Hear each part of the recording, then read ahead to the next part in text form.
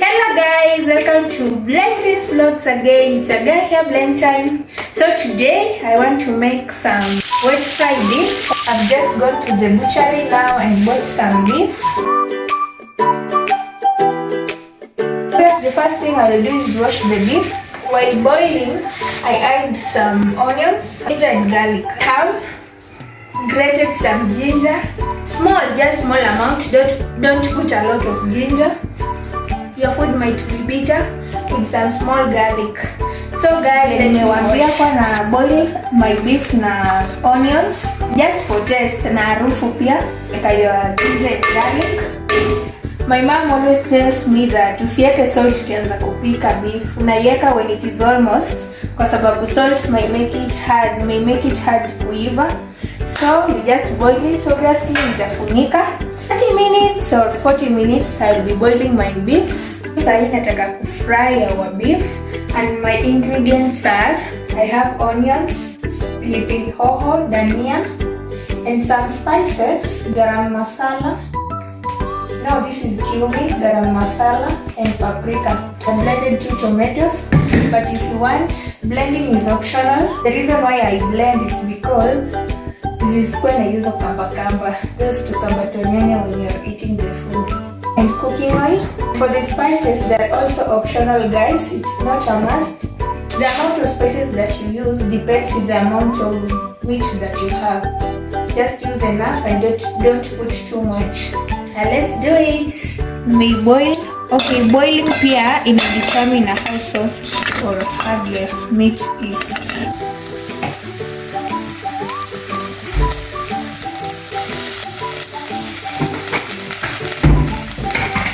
Then fry for a little while.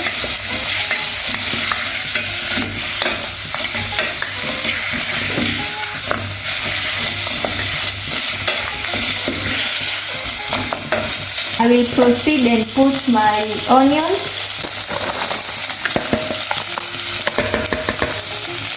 I make my onions to stir until they turn golden brown.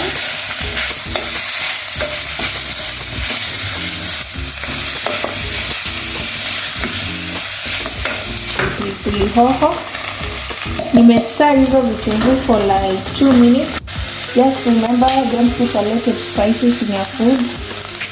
I'll mix all of them and then stir it until the spices will spread all over your beef.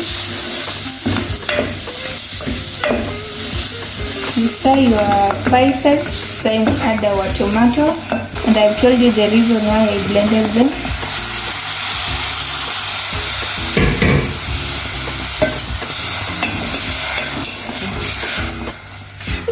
We just have to give our beef some time ichemke kiasi, spices mix vizuri, everything ikuwe okay.